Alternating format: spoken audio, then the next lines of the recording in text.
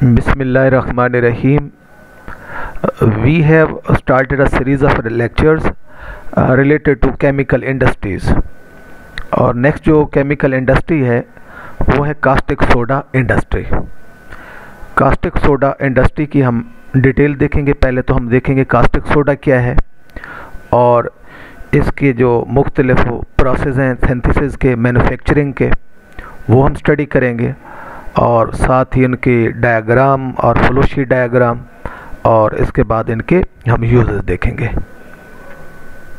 Caustic soda जिसको हम sodium hydroxide भी बोलते हैं, इसको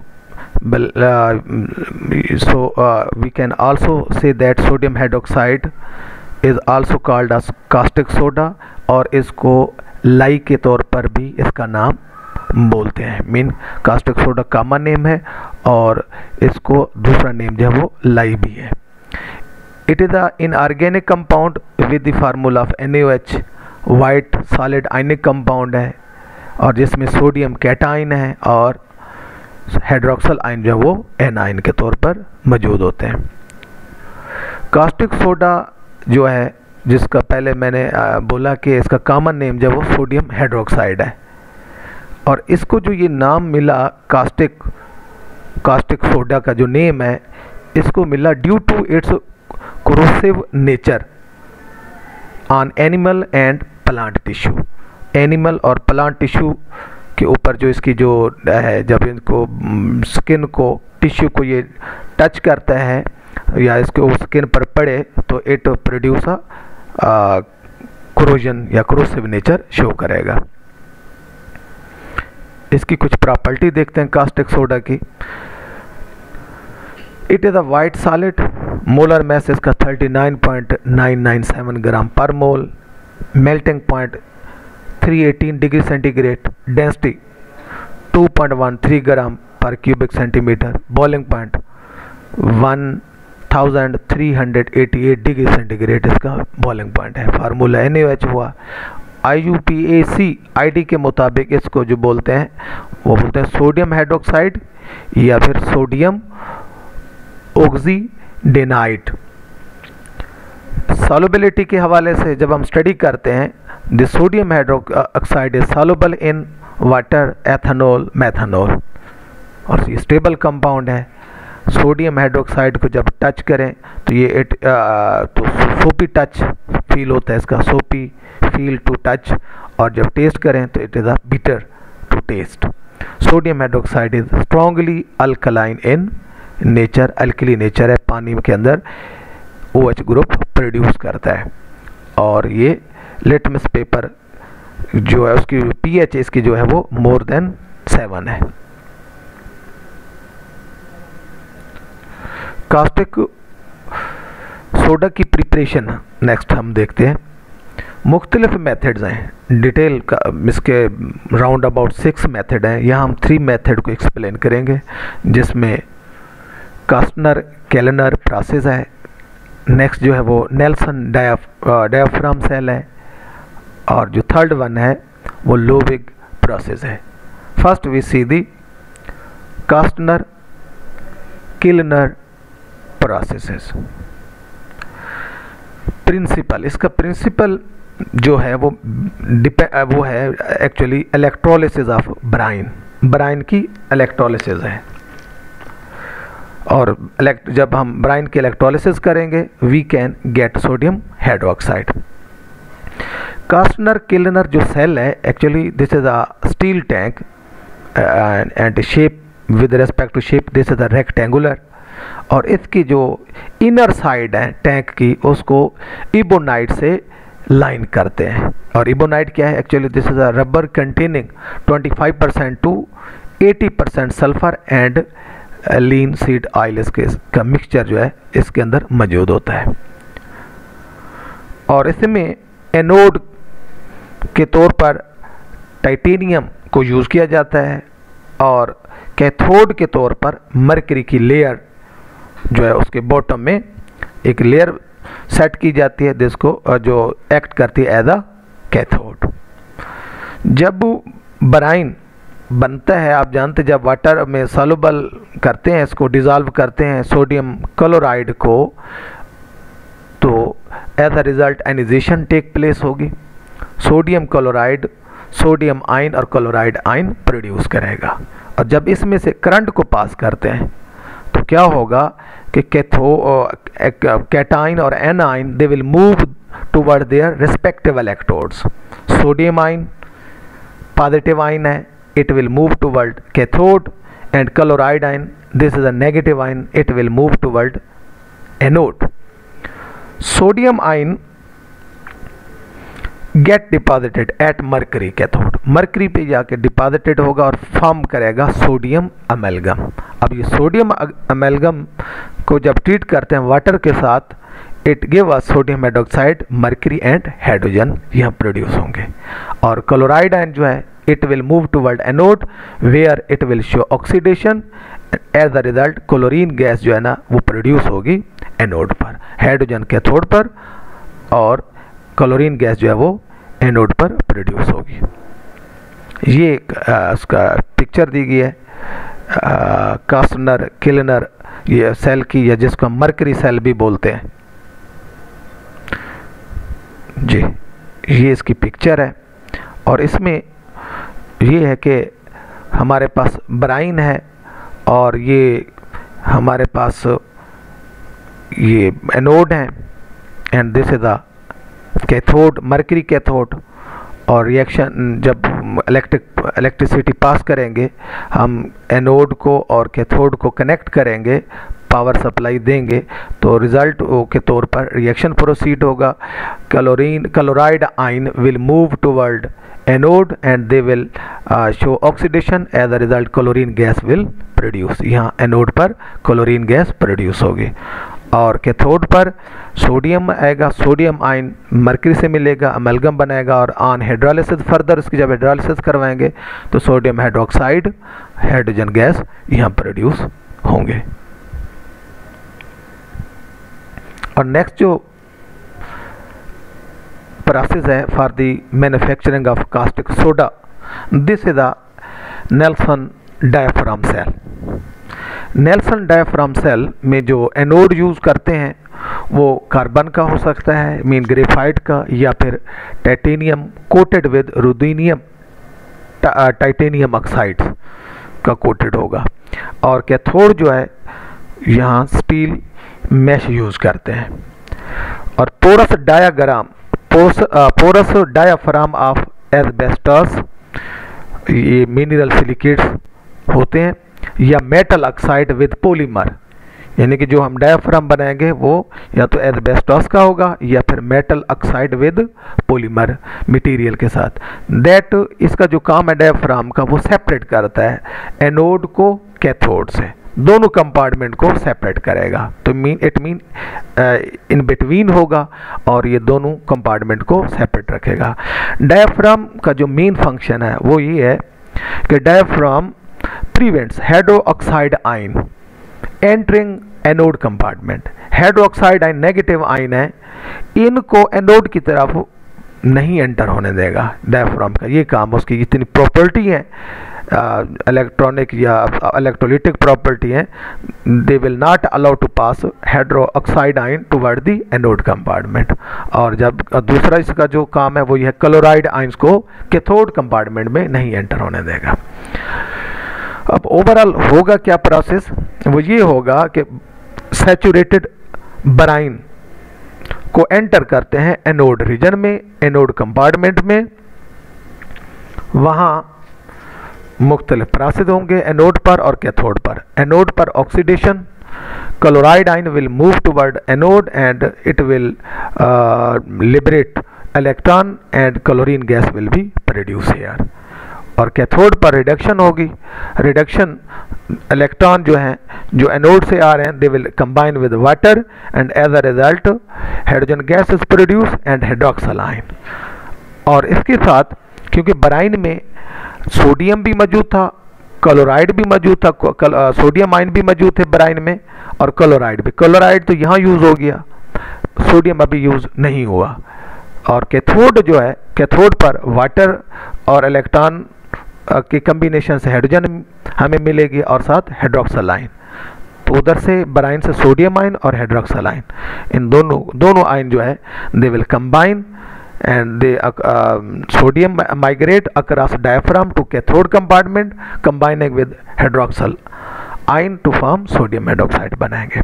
ओवरऑल सेल रिएक्शन जो है वो ये है, water, chloride, sodium ion, hydroxyl ion ये रिमेनिंग होंगे, जिसको अपना हम नेगेटिव आयन्स भी बोलेंगे, स्पेक्टेटर आयन्स। तो साथ हाइड्रोजन गैस और क्लोरीन गैस जो है ना वो प्रोड्यूस होंगे। प्रोडक्ट कंटेन, जो प्रोडक्ट हमें मिलेगा उसके अंदर सोडियम क्लोराइड भी मौजूद है और सोडियम हाइड्रोक्साइड भी। तो इनकी फर्दर क्रिस्टलाइजेशन करवाएंगे और इन दोनों को सेपरेट कर लेंगे। ये है जी कास्टिक सोडा का प्रोडक्शन का जो है नेल्सन डायफ्राम सेल दिखाया गया है इसमें। ये है जी इसका हमारे पास एनोड है ये, और this one is a cathode. Anode जो है कार्बन या titanium coated with ruthenium titanium oxide, this one is anode and this one is a steel cathode. और इसमें ब्राइन को, सैचुरेटेड ब्राइन को सेंड करेंगे एनोड चैम्बर में, और यहाँ क्लोराइड जो है ये यहाँ शो करेगा ऑक्सीडेशन और क्लोरीन गैस प्रोड्यूस होगी और यहाँ से स्किप होगी।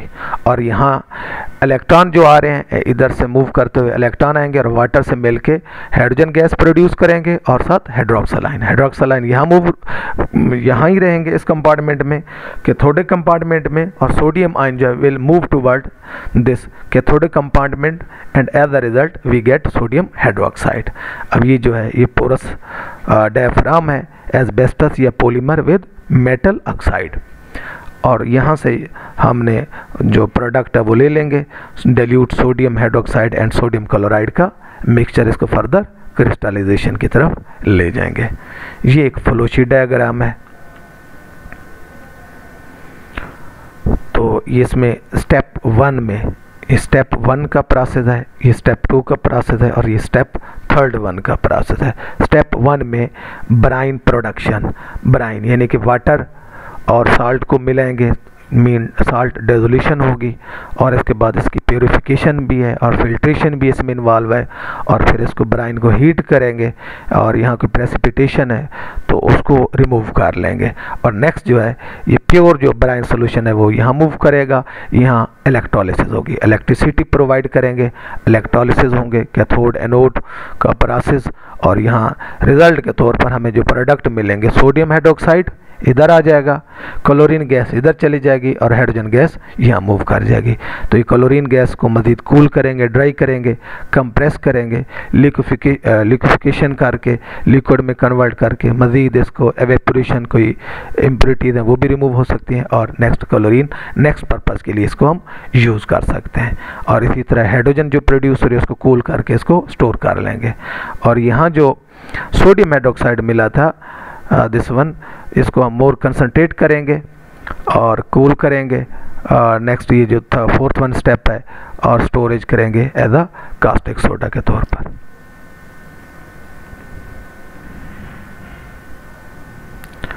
नेक्स्ट जो प्रोसेस है for the manufacturing of caustic soda, this is a Lowig process. ये जो लोविक प्रोसेस है एक्चुअली इसमें जो कास्टिक सोडा की जो प्रोडक्शन है वो डिपेंड करती है फॉर्मेशन ऑफ सोडियम फिरेट, सोडियम फिरेट की नेचर पे डिपेंड करती है। जो सोडियम फिरेट है जब इसको डिकम्पोज करते हैं वाटर के साथ तो as a result we can get sodium hydroxide caustic soda. First of all we see the preparation of sodium ferrite, जिस पे डिपेंड कर रहा है कास्टिक सोडा की प्रोडक्शन। तो हम इसी को देखेंगे कि सोडियम फिरेट को कैसे प्रिपेयर करते हैं। एक्चुअली इसमें सोडा लिक्विड जो होते हैं उनको मिक्स करते हैं फेरिक ऑक्साइड के साथ, और जो मैस प्रोड्यूस होगा उसको एवेपोरेट करेंगे, ड्राई करेंगे और कैल्सिनेट इसको करेंगे, कैल्साइंट करेंगे at a bright red heat usually, और ये जो कैल्सिनेशन का प्रोसेस है एक्चुअली इसको रिवॉल्विंग फर्नेस में करते हैं इसकी calcination. By the calcination mean, calcination का मतलब है हाई टेम्परेचर पे हीट करना। रिएक्शन होगा सोडियम कार्बोनेट का, सोडा लिक्वर सोडियम कार्बोनेट और आयरन ऑक्साइड का रिएक्शन होगा, कार्बन डाइऑक्साइड प्रोड्यूस होगी, इसके ये इवाल्व हो जाएगी और सोडियम फिरेट जो है ना वो फर्नेस के अंदर मौजूद रहेगा। अब ये सोडियम फिरेट जो है इस मैस को हम वॉश करेंगे कोल्ड वाटर के साथ until all soluble matter is removed, ताकि जो सॉल्युबल इम्प्योरिटीज़ हैं वो रिमूव हो जाए। और फिर इसके बाद इसको हीट करेंगे एट 90 डिग्री सेंटीग्रेड, यानी कि मीन ट्रीट करेंगे वाटर के साथ at 90 degree centigrade. As a result sodium ferrite produce होगा by which it is decompose. फिर ये फर्दर डिकम्पोज होगा, प्रोडक्ट क्या देगा हमें, कास्टिक सोडा प्रोड्यूस होगा और आयरन ऑक्साइड जो वो रिजनरेट होगा और इसको that is return to the calcining process, उसको नेक्स्ट कैल्साइनिंग प्रोसेस में ले जाएंगे। जी फेरिक ऑक्साइड जो यूज़ किया जा रहा है इसके बारे में कुछ इन्फॉर्मेशन है कि it is a natural iron ore and it must be very clean and free from silica or other impurities. इनके अंदर दूसरी इम्प्योरिटीज़ नहीं होनी चाहिए, क्योंकि ये इम्प्योरिटीज़ जो जब हम फेरिक हाइड्रोक्साइड से हम फेरिक ऑक्साइड गेन करते हैं बाय प्रेसिपिटेशन प्रोसेस, उसमें इम्प्योरिटीज़ आ जाती हैं, तो उन इम्प्योरिटीज़ की रिमूवल ज़रूरी होती है, ताकि जब भी हम यूज़ करें फेरिक ऑक्साइड को उसकी impurities with respect to impurities should be very clean. Next है uses of caustic soda. It is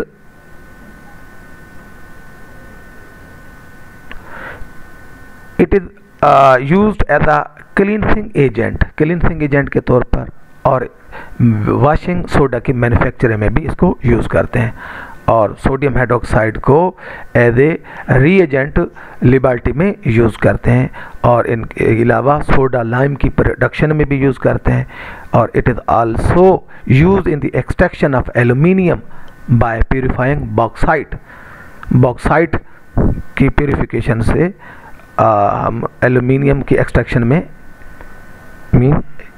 ये हमें हेल्प करता है कास्टिक सोडा। ओवरऑल यहाँ एप्लीकेशन दी गई हैं, इनको हम एक दफ़ा देख लेते हैं कि ये 16% जो है ना हम पल्प और पेपर इंडस्ट्री में यूज़ करते हैं इसका, यानी कि 16% जो है सोडा कास्टिक सोडा का जो यूज़ है वो पल्प और पेपर इंडस्ट्री में, और 17% एल्यूमिना प्रोडक्शन में, और 17% ऑर्गेनिक फार्मा पॉलीकार्बन पर्पज़ के लिए यूज़ करते हैं। दिस इज़ अ फार्मा, तो ऑर्गेनिक फार्मा पर्पज़ के लिए इसको यूज़ करते हैं। और जो 10% है इसका inorganic materials, sodium silicate etcetera और STPP कंपाउंड हैं, इनकी प्रोडक्शन में यूज़ करते हैं। और जो 7% है सोप और डिटर्जेंट में यूज़ करते हैं। और इसके अलावा जो 9.5% है टेक्सटाइल में यूज़ करते हैं, और यहाँ कुछ परसेंटेज है इसकी वाटर ट्रीटमेंट में यूज़ करते हैं, और हाइपो प्रोडक्ट सोडियम हाइपोक्लोराइड इस तरह के प्रोडक्ट की प्रोडक्शन में यूज़ करते हैं, और यहाँ कुछ परसेंटेज जो फूड में यूज़ करते हैं, और 16.5% जो वो हम इसको यूज़ करते हैं अदर पर्पज़ के लिए। और ये STPP जो कंपाउंड है ये एक्चुअली इसको भी हम